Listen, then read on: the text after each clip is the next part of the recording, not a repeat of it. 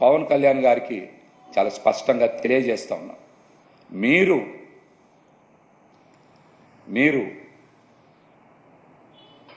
ఖచ్చితంగా రాష్ట్ర ప్రజలకు ఇచ్చినటువంటి హామీలను నెరవేర్చడంలో 100 రోజుల్లో వైఫల్యం చెందారు కాబట్టి మీరు ప్రాయశ్చిత్త దీక్ష చేస్తున్నామని నిజం ఒప్పుకోండి. కూటమి పాలనలో ప్రజల కష్టాలు పడుతున్నారనే వాస్తవాన్ని ఒప్పుకొని మీరు ప్రాయశ్చిత్త దీక్ష చేస్తున్నారని చెప్పండి. మీరు వెంకన్న స్వామి మాలేసుకొని షూటింగుల్లో పాల్గొంటున్నాను కనుకనే నేను ప్రాయశ్చిత్త దీక్షలో పాల్గొంటున్నాననే వాస్తవాన్ని బయటికి చెప్పండి.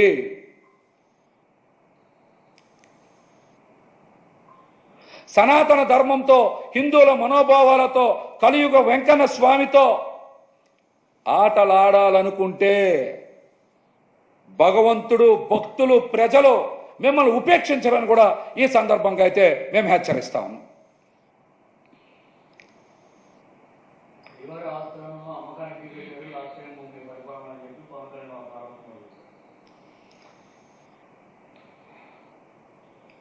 ఎక్కడ కూడా గత ప్రభుత్వ హయాంలో కానీ మరి టీటీడీ 2019 నుంచి 24 మధ్య ఎక్కడ కూడా భక్తులు సమర్పించినటువంటి ఆస్తులు ఏది కూడా అమ్మకం జరగలేదు. అటువంటి ప్రక్రియ ఎక్కడ కూడా జరగలేదు. అవాస్తవాలు, అబద్ధాలు ప్రచారం చేయొద్దు. మీరు ఈ రోజున అధికారంలో ఉన్నారు. మీరు తిరుమల తిరుపతి దేవస్థానం యొక్క విశిష్టతని, ప్రాముఖ్యతని పెంచే విధంగా జగన్మోహన్ రెడ్డి గారిని చూసేన నిర్ణయాలు తీసుకోండి. అంతేగాని అబద్ధాలు, అవాస్తవాలు ప్రచారం చేయొద్దు. ఎక్కడ కూడా అటువంటి ప్రక్రియ జరగలేదు. ఇందాక నేను చెప్పాను, నేను కూడా మరి జగన్మోహన్ రెడ్డి గారు అధికారంలో ఉండగా తిరుమల తిరుపతి దేవస్థానం శ్రీవారి వైభవాన్ని ప్రపంచానికి చాటి చెప్పేలా నిర్మాణాలు చేపట్టారు. దేశం నలుమూలలో కూడా వెంకన్న స్వామి ఆలయాలు కట్టారు. అమరావతిలో కూడా ఆలయం కట్టారు. అటువంటి మంచి సాంప్రదాయాలకి, శ్రీవారి యొక్క విశిష్టతని మరింత ఇనుమడింపజేసేలాగా నిర్ణయాలు తీసుకోవాలి. కానీ ఇలాంటి కుట్ర, మలినం, అదేవిధంగా కుటిలమైనటువంటి మాటలు మాట్లాడొద్దని కూడా వాళ్ళకి నేను తెలియజేస్తా. వెంకన్న స్వామికి ఇప్పటికైనా మంచి బుద్ధి ప్రసాదించాలని నేనైతే ప్రార్థిస్తా ఉన్నా. జగన్మోహన్ గారు కూడా చెప్తున్నా, మీరే కనుక, నేనే కనుక సనాతన ధర్మం మీద పోరాటం చేయాలని నన్ను ఆపేవాళ్ళు ఎవరు లేరు ఈ దేశంలో, గుర్తుపెట్టుకోండి. నేను కనుక సనాతన ధర్మం కోసం నేను పోరాటం చేస్తే చచ్చిపోవడానికి సిద్ధం నేను. కానీ నేను అక్కడి దాకా తీసుకెళ్ళిన విషయాలు, దానికి నిదర్శనమే రామతీర్థ రాముల వారి విగ్రహం శిరిచ్ఛేదం జరిగినప్పుడు ఒక్క మాట మాట్లాడకుండా చెప్పి కూర్చున్నాను. ఆ తెలివితేట లేక మీ ప్రభుత్వాన్ని కిందకి తీసుకొచ్చి అధాపాతాలను తొక్కిన మేము మాకు శక్తి లేదనుకుంటున్నావా, ఉండవనుకుంటున్నావా? కానీ మేము సమాజాన్ని కలిపి ఉంచాలని వ్యక్తులం తప్ప విడగొట్టాలని వ్యక్తులం కాదు. మేము గుర్తుపెట్టుకోండి. అలాగే ఈ రోజు నుంచి ప్రజలందరికీ కూడా చెప్తున్నా, ఎవరు అన్ని మతాలని మేము గౌరవించేది ఈ నేల.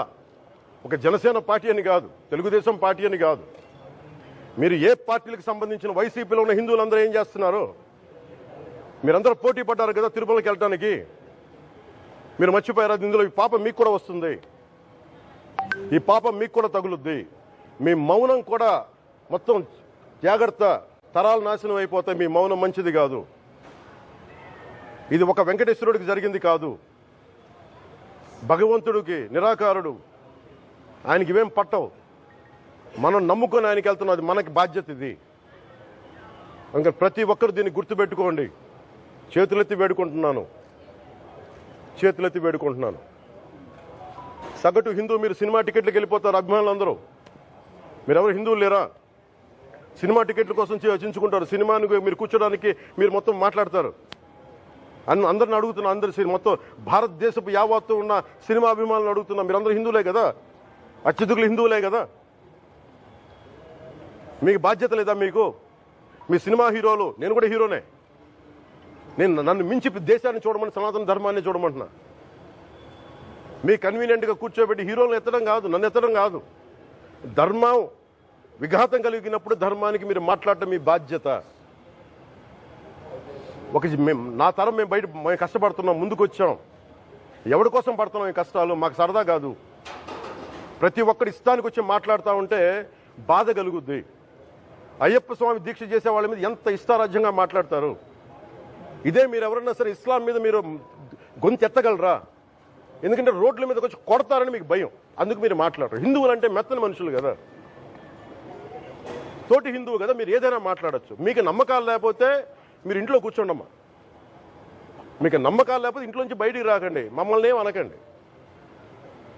మేము ఎలా పూజా విధానం ఎలా చేస్తాం, అలాగే ముఖ్యంగా ఫిల్మ్ ఇండస్ట్రీ కూడా నేను తెలియజేస్తా ఉన్నా.